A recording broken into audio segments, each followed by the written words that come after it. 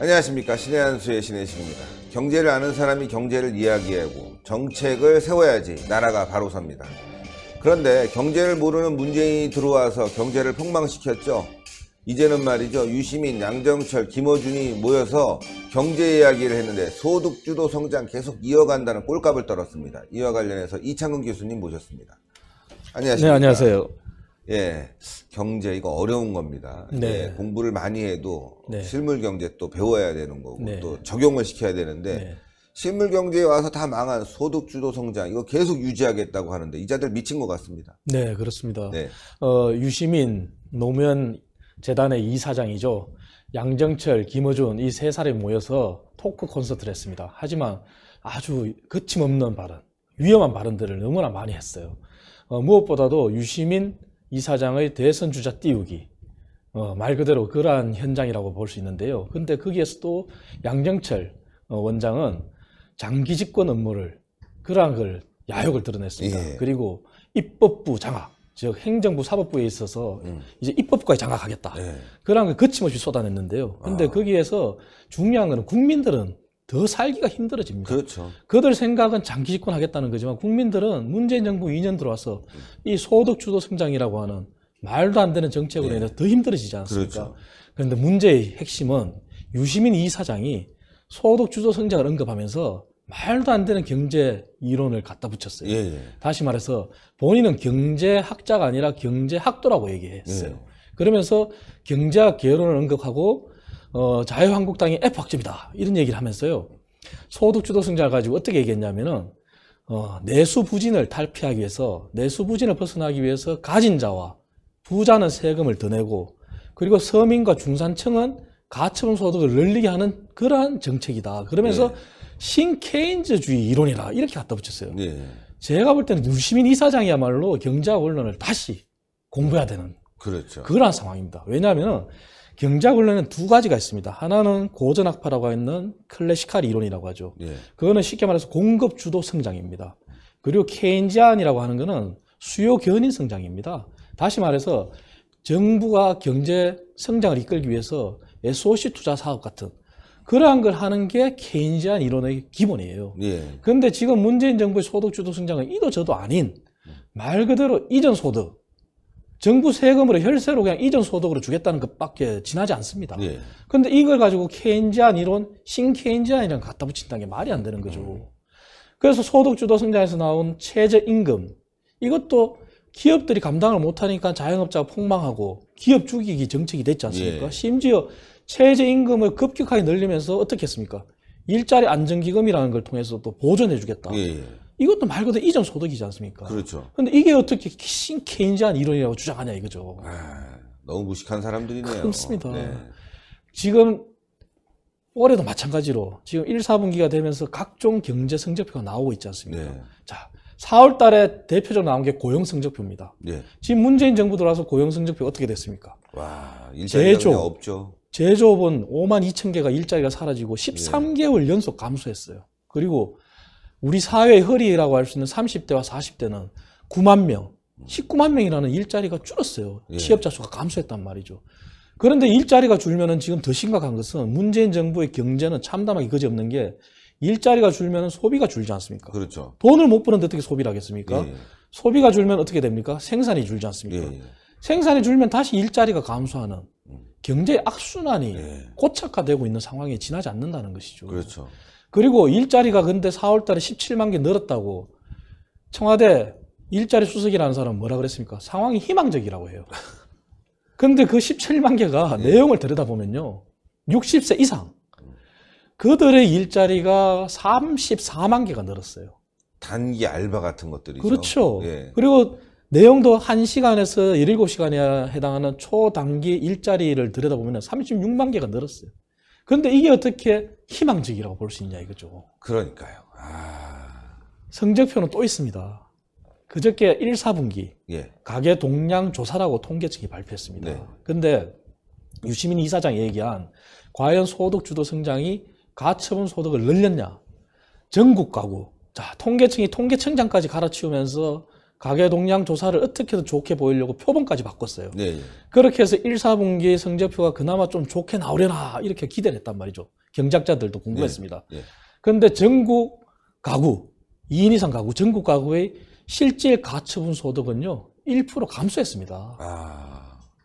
그런데 소득주도 성장이 가처분 소득을 늘리는 정책이라고 맞다고 주장하는 게 말이 되냔 말이죠. 말이 안 되죠. 그죠? 근데 가장 못 사는 계층, 소득 1분위, 소득 1분위의 소득은 2.5%가 또 줄었어요. 그런데 더 심각한 거는 네. 소득 1분위의 소득 구성 항목 중에서 근로자 가구, 근로자 소득, 네. 근로소득은 무려 14% 이상 감소한 거예요. 그런데 어떻게 소득주도 성장이 여전히 유효하고 가층소득을 늘리는 정책이라고 그렇게 주장할 수 있냐 이거죠. 그러니까요. 말이 안 되는 거죠. 아니 그 유시민 이사장은 뭐 경제학자라고 자칭 얘기하고 있는데 경제학자 맞습니까? 교수님은 뭐 서울대에서도 학생들을 가리킨 경제학자가 맞는데 네. 유시민 경제학자 맞습니다. 본인은 이렇게 얘기를 하더라고요. 경제학자는 아니다. 네. 경제학도라고 그래요. 경제학도. 그것도 말장난이지 않습니까? 네, 그렇죠. 경제학자가 경제학도, 경제학자. 어쨌든 경제학을 공부했다고 하는 사람 아닙니까? 둘 다. 그러니까 본인도 경제학을 공부한 사람이 경제학 개론을 거들먹거리면서 자유한국당을 비난하면서 네. 입에 차마 담지 못할 그러한 얘기를 하면서 소득주도 성장이 가첨소득을 늘린다. 경제 성적표가 지금 증명해 주지 않습니까? 그렇죠. 소득 1분위에 이전 소득, 정부가 보조금 형태로 주는 이전 소득을 5.6%나 늘렸어도 소득 1분위의 소득은 2.5% 감소했단 말이죠. 네. 이게 현 주소란 말이죠. 근데 문제의 심각성은 더 있습니다. 네. 우리나라 GDP가 이제 한 1,800조 정도 됩니다. 근데 예전에도 제가 출연해서 말씀드렸지만 정부 재정이 내년도에 이제 슈퍼 재정을 하지 않습니까? 예. 500조 이상 하겠다 그래요. 근데 GDP 1,800조 시대에서 재정이 이제 경제를 끌어나가는 시기는 이제 지났습니다. 예. 자기들이 그렇게 추앙하고 존경한다는 노무현 대통령도요. 얼마 전에 그 본인의 친필 사인을 가지고 친필 해고 이런 걸 가지고 책을 냈지 않습니까? 네네. 한마디로 말하면 거기에서도 노무현 대통령은 시장 메커니즘과 경쟁을 중요하다고 얘기를 했어요. 그런데 유시민 이사장은 뭐라 그랬냐면은 1,800조 GDP에 최소 1% 이상 추경을 해야 된다는 거예요. 예. 그러면은 지금 6조, 7조 추경 갖고는 안 된다고 얘기하더라고요. 17조 이상 해야 된다는 거예요. 빚만 늘어나는 거잖아요. 그렇지 않습니까? 근데 문재인 대통령이 예전에 어떻게 했습니까? 박근혜 정부 시절에. 국가 채무 비율은 40%가 마지노선이라 그러면서 예, 재정 날아가고 건전성을 확보하지 않은 예산안은 받아들일 수 없다고 그랬지 않습니까? 예. 그런데 얼마 전 홍남기 부총리 앞에 두고 40%의 근거가 뭐냐 그랬어요. 이게 무슨 말입니까 도대체. 근데 홍남기 부총리도 정말 비겁하게 그지없습니다. 슬그머니 이제 40% 초반에서 국가 채무 비율을 관리하겠다고 얘기를 해요. 도대체 나라 국간을 자기들 마음대로 자기들이 야당 시절에는 40%를 그렇게 주장하더니 예. 여당 됐다고 해서 이제는 나라 재정을 그렇게 파탄내고 미래 세대 짐을 지우겠다는 그런 발상 도대체 어디에서 나온단 말입니까? 일반 가게도 개인 채무가 한 10% 이상 넘어가게 되면은 재산 대비 굉장히 어렵잖아요. 이자 내느라. 그렇습니다. 후덕후덕 하는데 네. 40% 정도면 그냥 삶이 빚이죠. 그렇습니다. 예, 예. 실제 가계 동량 조사에서 발표된 자료도 보면요. 가게들이 실제 쓸 수 있는 지출액이 줄어든 이유가 이자 비용이 늘어난 게 큰 몫을 했습니다. 그런데 국가 재정을 가지고 이렇게 국가 채무 비율을 가지고 40% 근거가 뭐냐고 대통령이 나서서. 그러니까 부총리는 이제 나서서 경제를 컨트롤 타워라고 하는 사람은 40% 초반에 하겠다고 얘기하고 유시민 이사장이라는 사람은 추경을 17조 이상 해야 된다고 주장하고 도대체 이 근거가 뭐냔 말이죠. 진짜 유시민 이 사람 그 세치혈을 가지고 나라를 망치고 있습니다. 이런 사람이 대통령 되면 나라 그냥 한순간에 망하는 거네요. 저는 이런 생각을 했습니다. 그 토크 콘서트를 보면서 정확히 또 이런 얘기를 했어요. 가진 자와 가지지 않은 자 얘기를 하면서 김상조 공정위원장이 또 잘한다고 그래요. 근데 가진 자와 가진 자 않은 자, 부자와 가난한 자 이렇게 이분법적인 사고를 가지고 마치 시장을 부정하고 기업 활동을 금기시하고 기업가를 죄인시하고 이러한 생각을 가진 사람이 오히려 대선 주자가 됐으면 좋겠습니다.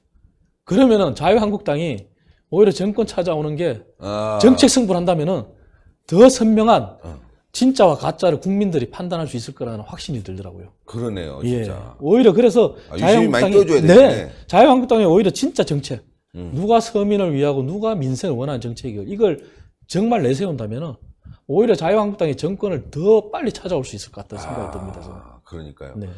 저는 지금 요즘 이 경제 정책에 대해서 한번 생각해 보면은 이 소득주도 성장 때문에 서민들이 죽어나고 일자리가 없어지고 이거 당연히 바꿔야 되는 그런 부분이거든요. 그렇습니다. 피부로 느껴지잖아요. 네, 그렇습니다. 이것 때문에 아우성이지 않습니까? 그렇습니다. 사람들이. 그러면 네. 정부가 이걸 받아서 이거 바꿔야 되겠다 이렇게 생각해야 되는데 계속 밀어붙이거든요, 지금. 절대 포기는 없는 정부 같아요. 심지어 OECD가 경제 성장률도 2.4%로 하향 전망했어요. 네. 그리고 우리나라 국내 연구기관들도 이제 경제 성장률 전망을 계속 낮추고 있어요. 그런데도 소득주도 성장만큼은 도저히 포기를 못하겠다는 게 문재인 정부 아니겠습니까? 그리고 결국 기업들이 떠나기 때문에 제조업 일자리가 사라지지 않습니까? 그렇죠. 그 전혀 경제에 대해서는 정말 생각이 없는 정부 같아요. 그래서 자유한국당이 지금이라도 빨리 대안을 내세워서 유시민 이사장이 대선 후보 된다는 전제하에 정말 진짜와 가짜를 대비해서 양정철 원장이 총선이 마지막 남은 과제라고 그렇게 언급했는데 총선이 정말 문재인 정부의 경제정책을 심판할 수 있는 그러한 정책 대결의 장이 됐으면 좋겠습니다. 예, 좋은 말씀. 너무 감사합니다. 네.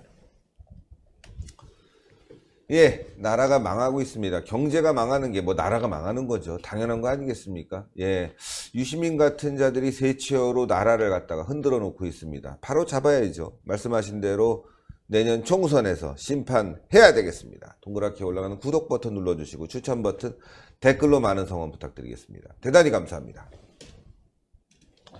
감사합니다.